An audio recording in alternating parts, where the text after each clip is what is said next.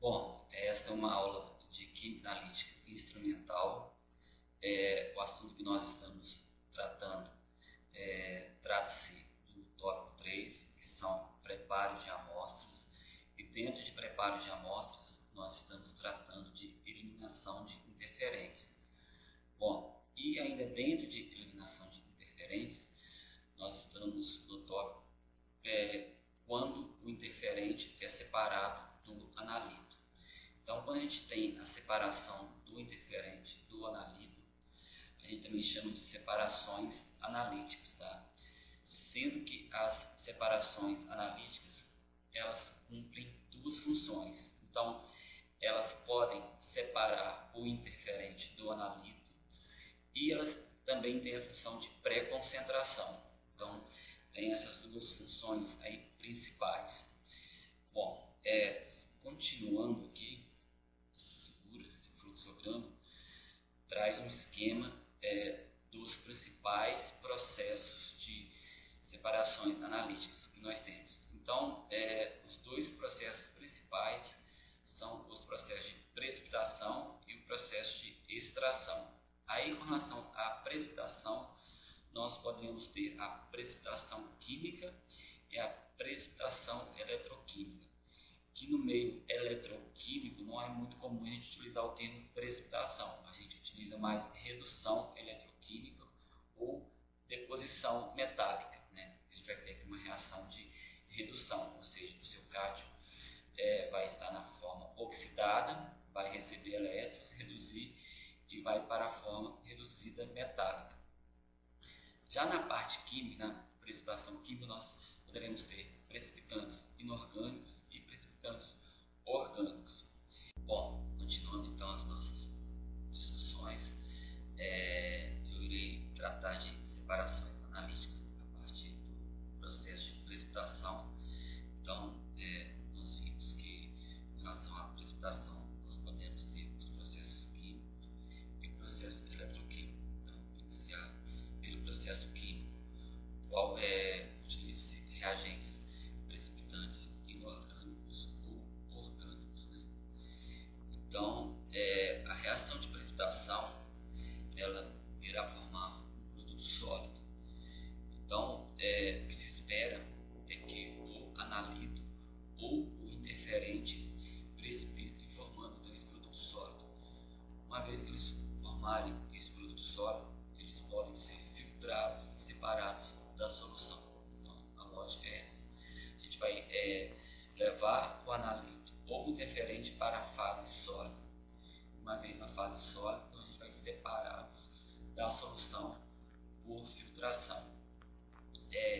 Então, a condição fundamental para a gente aplicar a separação por precipitação, então, a gente está querendo separar, é que o analito e o interferente, eles têm uma alta diferença de solubilidade, tá? Bom, então a gente vai falar alta diferença de solubilidade. Este alta aí é o vácuo, né? Porque quando a gente fala alta diferença de solubilidade, a primeira coisa que a gente pensa em um valor, né? Qual seria este valor? Tá? Então a gente vai entender um pouco mais sobre este ponto. Primeiro, a gente tem que considerar o seguinte: a reação de precipitação ela ocorre sempre entre espécies iônicas, geralmente cátions e ânicos. Então, para facilitar a nossa compreensão, a gente vai considerar que tanto o analito quanto o interferente sejam cátions, tá?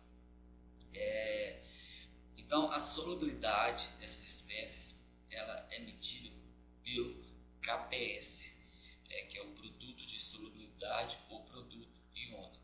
Então, na verdade, o que deve haver? Deve haver uma grande diferença entre os valores de KPS para as duas espécies, né? O analito e o interferente. Também, ao afirmar que tem a haver uma grande diferença entre os KPS, nós já estamos assumindo que tanto o analito quanto o interferente, eles precipitam com o reagente precipitante adicionado, ou seja, os dois podem sofrer reações de precipitação.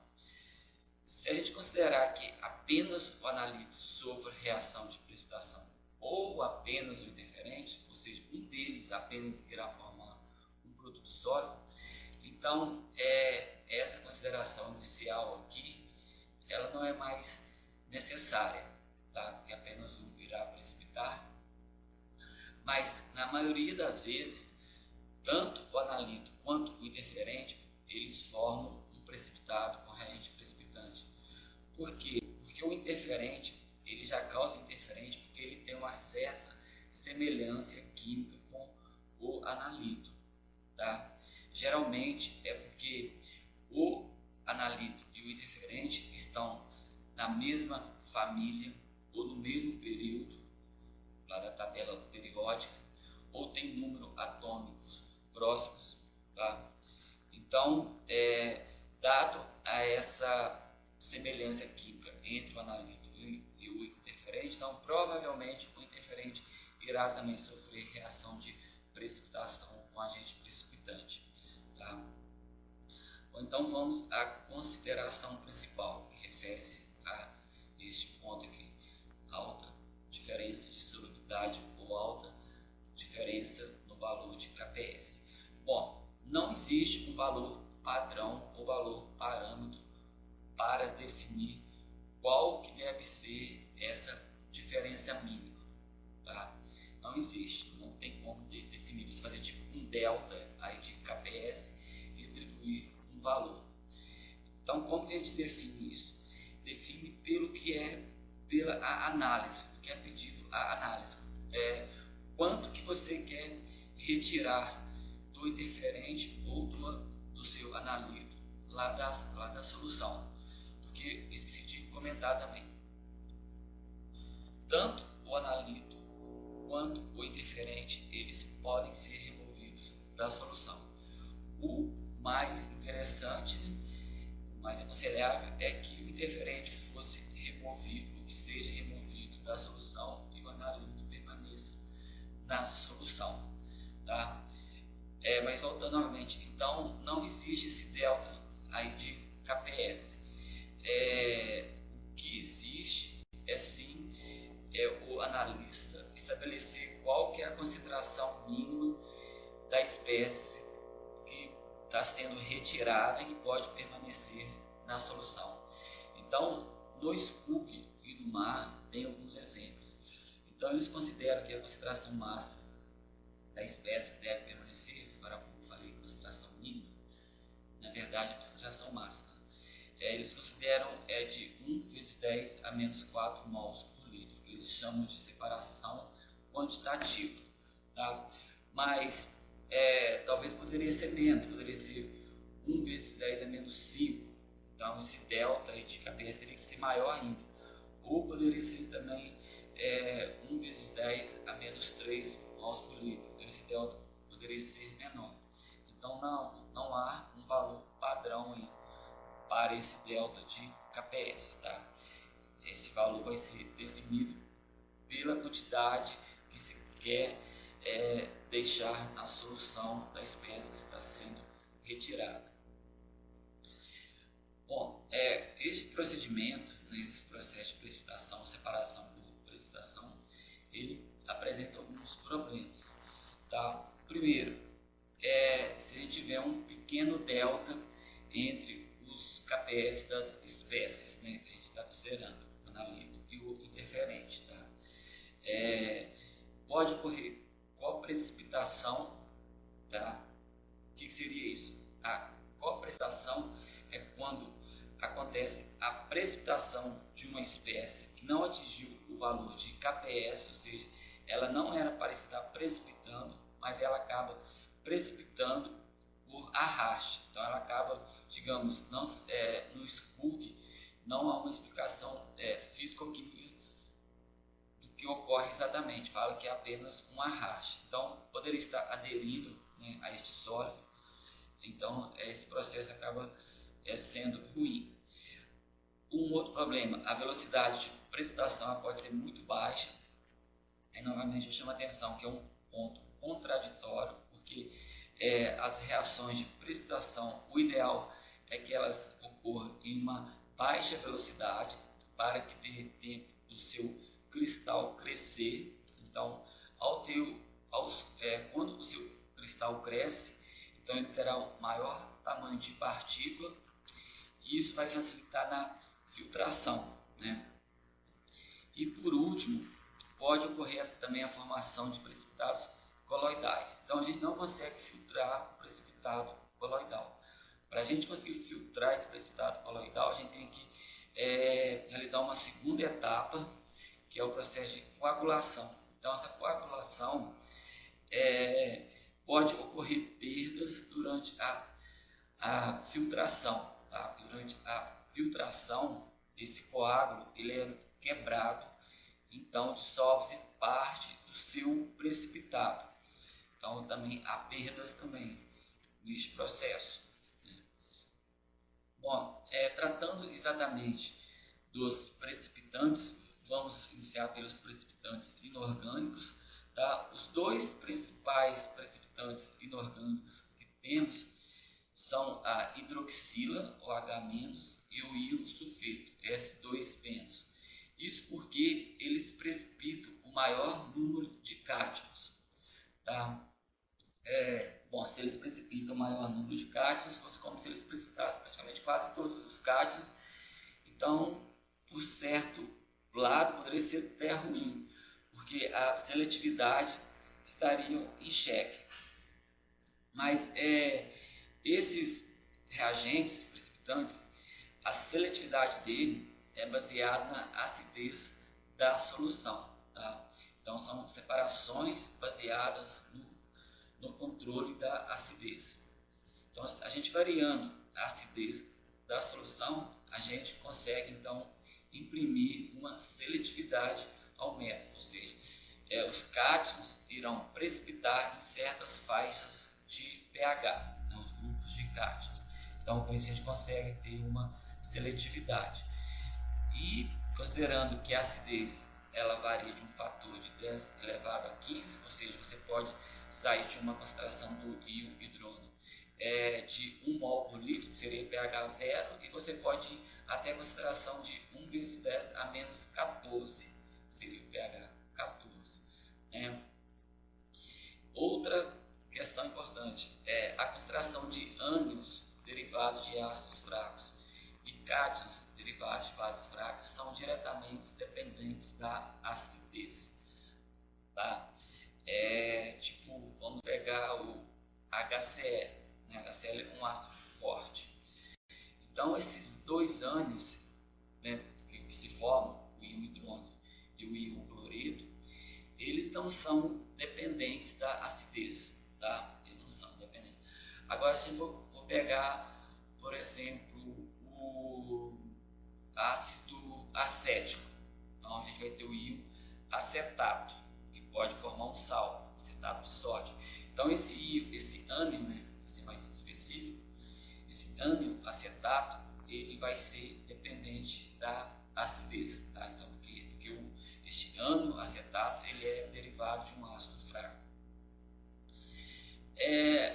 A separação por hidroxila, então a hidroxila ela precipita praticamente todos os cátions. Então aqui a gente tem a reação de precipitação, mas só que a gente escreve ela ao inverso. Tá? Então a gente escreve o sólido em água, formando cátions e ânions. Então este equilíbrio a gente dá o nome de KPS, que é uma constante. Tá? Então se a gente fosse montar uma constante, teria que ter o sólido aqui na parte inferior, aí ele passa para o outro lado e tudo desse lado fica uma constante, porque o sólido é considerado constante. Então, na verdade, isso aqui é uma constante de equilíbrio. O termo inferior, ele praticamente desaparece porque é um sólido e é considerado constante na concentração. Bom, e como que a gente então, como a gente obtém essa hidroxila? A hidroxila ela é obtida com a adição de sais de metais alcalinos, tipo hidróxido de sódio, hidróxido de potássio. Então é dessa forma que a gente obtém esses íons hidroxila, utilizando esses sais. A gente tem também o outro reagente precipitante inorgânico, que é o íon sulfito. Tá? Então também o íon sulfito ele irá precipitar praticamente todos os cátions, exceto os metais alcalinos e alcalinos terrosos. Tá? Aqui novamente a gente tem a reação de precipitação, tá? O cádmio mais o íon sulfito, mas só que a gente escreve de modo inverso. A gente pega o sólido, dissolve em água, então a gente vai ter o valor de kPs. Bom, mas como que o íon sulfito ele é obtido em solução? Né? Como a gente consegue colocar esse íon em solução? Através da dissolução de um ácido, de um sal, né? Como se dá? Então, o íon sulfito ele é obtido através do gás sulfídrico ou também sulfeto de hidrogênio, conforme a equação da reação abaixo. Então, a gente vai ter o gás que dissolve em água, então aqui a água ela cumpre a função de uma base, então a gente vai ter a formação do íon hidrônio, então a gente tem esse primeiro equilíbrio ácido-base. Depois a gente tem o segundo equilíbrio ácido-base, então quando a gente soma essas duas reações, a gente vai ter essa reação global, essa reação final. Bom, então continuando, lembrando que o íon sulfito é utilizado então para uma reação de precipitação. Numa reação de precipitação, o reagente precipitante ele é sempre adicionado em excesso. A exceção se dá quando a gente tem uma titulação de precipitação.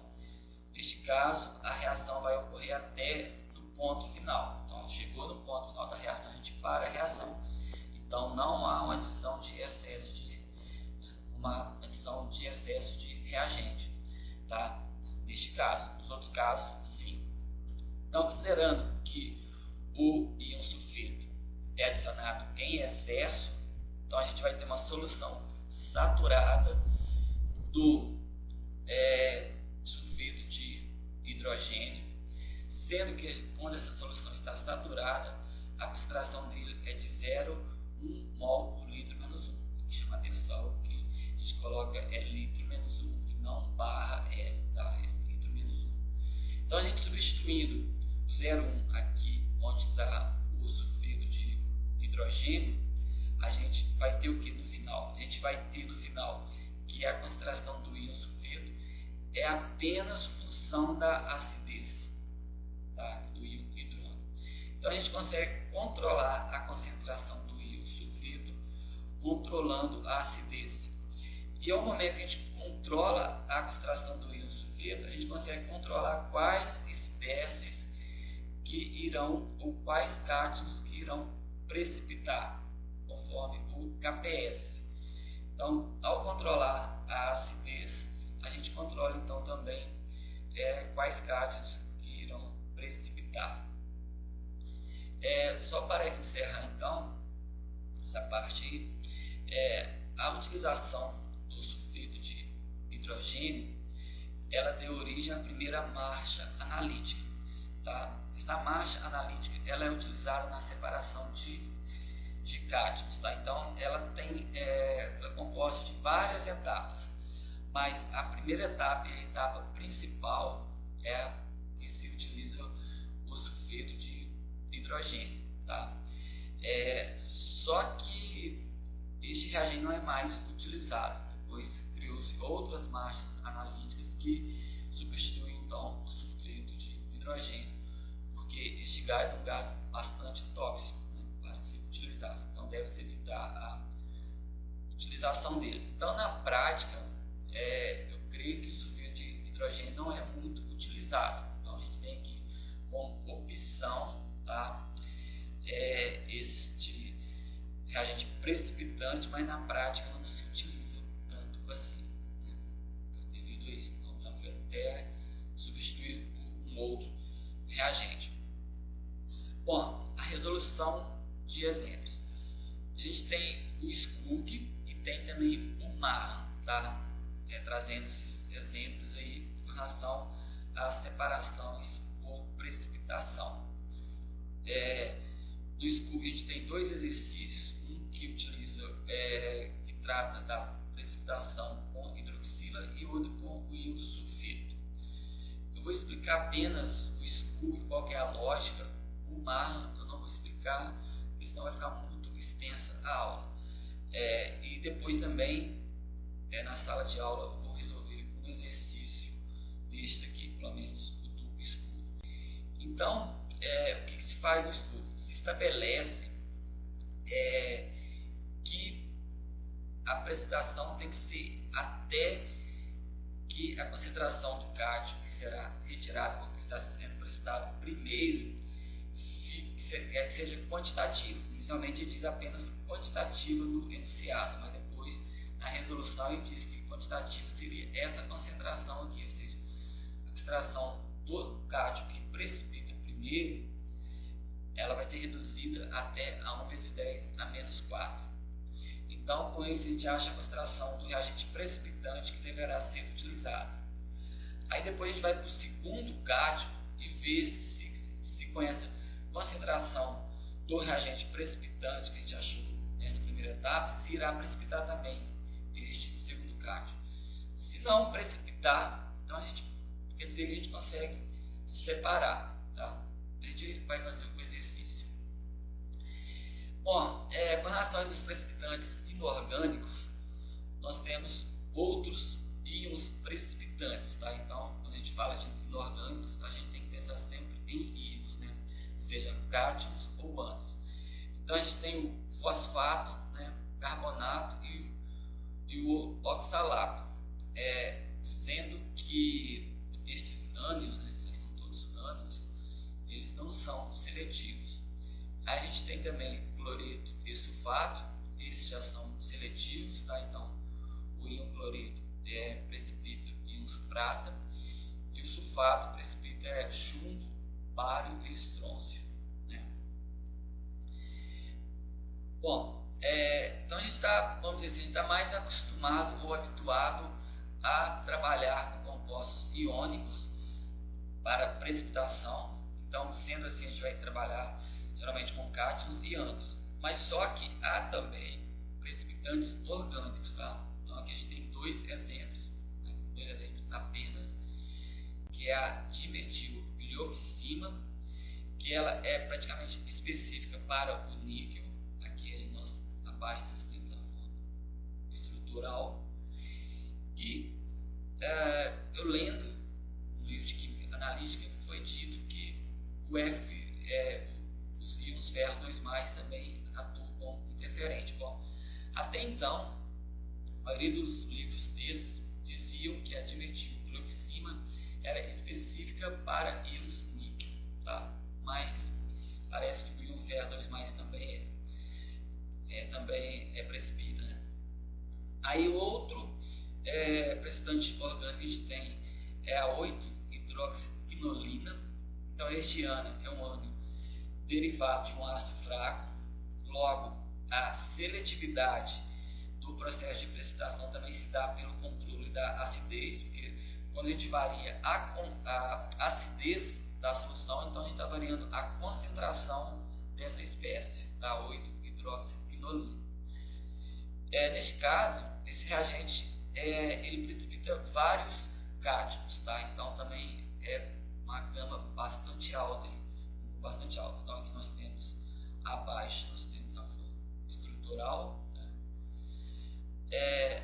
Bom, então a gente viu que a precipitação pode se dar por uso de reagentes químicos, então seria precipitação química, e a gente tem também o que se chama de precipitação eletrolítica, que no meio eletroquímico a gente não utiliza este termo, precipitação eletrolítica. Na verdade, a gente vai utilizar redução eletrolítica, redução ou deposição eletrolítica, mas precipitação praticamente não vi esse termo ser utilizado na eletroquímica, mas de todo modo forma-se uma fase sólida. Então a gente vai ter aqui o cátio na fase líquida, recebe elétrons, então uma reação de redução e vai para a fase sólida.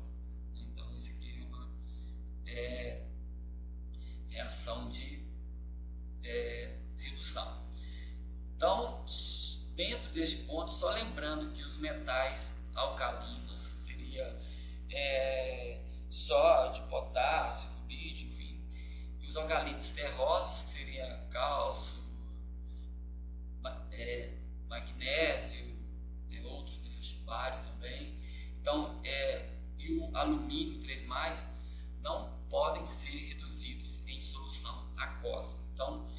gente quiser separar um desses cátions por este processo de redução, a gente não vai conseguir, tá? Então a gente tem que empregar um outro método. Até porque que os cátions, pelo menos de metais alcalinos, eles dificilmente precipitam também, tá? Tem quase que essa regra geral. A tendência deles é realmente permanecer em solução. É tanto que a gente, se a gente for pegar a precipitação química por hidróxido, o hidróxido de sódio é o cátion, é o sal, né? Aliás, é o hidróxido, falando sal, mas é o hidróxido. A espécie que é adicionada para levar o pH até 13, 14, quer dizer que ele não precipita. Se bem que se preparar uma solução acima de pH 10, 12, já começa a ter precipitação sim. Dessa espécie sim, ocorre precipitação. Mas só que parte precipita, mas parte permanece em solução. Tá? Então, grande quantidade ainda permanece em solução. Bom, na sequência eu vou apresentar, vou chamar de estudo de casos específicos. Então a gente vai pegar a reação de precipitação e vai discutir para dois casos. Tá? O primeiro trata de separações de espécies em nível de traço e o segundo caso, separação de proteínas. Esse segundo caso será discutido em outro vídeo, tá? Há um outro vídeo sobre este assunto. Então, este vídeo a gente vai até neste ponto aqui apenas. Então, separação de espécies em níveis traço, nós temos que lembrar que a concentração traço é quando a sua espécie está em solução na concentração de 1 vezes 10 a menos 9, né? Que é uma concentração bastante baixa. Então a gente vai ter o interferente, a gente vai ter o analito traço, mais o precipitante. Então vai resultar uma baixa quantidade de precipitado, que o seu analito já está em uma concentração extremamente baixa. Então a quantidade de precipitado formado também será muito baixa. E ainda há a possibilidade de formação de precipitado coloidal, dificulta mais ainda o processo. Então os problemas que a gente tem, né? A supersaturação com frequência atrasa a formação de precipitado. Para precipitados coloidais, a coagulação de pequenas quantidades é sempre difícil, tá? Então se a gente tiver um precipitado coloidal, então a gente vai ter que fazer a coagulação e vai ser difícil, e depois também a gente vai ter perda quando a gente for fazer a filtração. Então realmente é muito difícil a gente imaginar na separação de espécies a níveis traço por precipitação. Bom, a não ser que a gente adicione uma espécie coletora ou um coletor, tá? Então o coletor ele não pode ser interferente. O coletor ele também irá formar precipitado com seu reagente precipitante. Então a gente vai ter o analito e o coletor formando precipitado com reagente precipitante. Só que como o coletor ele vai ser adicionado em uma quantidade maior, então a massa de precipitado formado vai ser maior.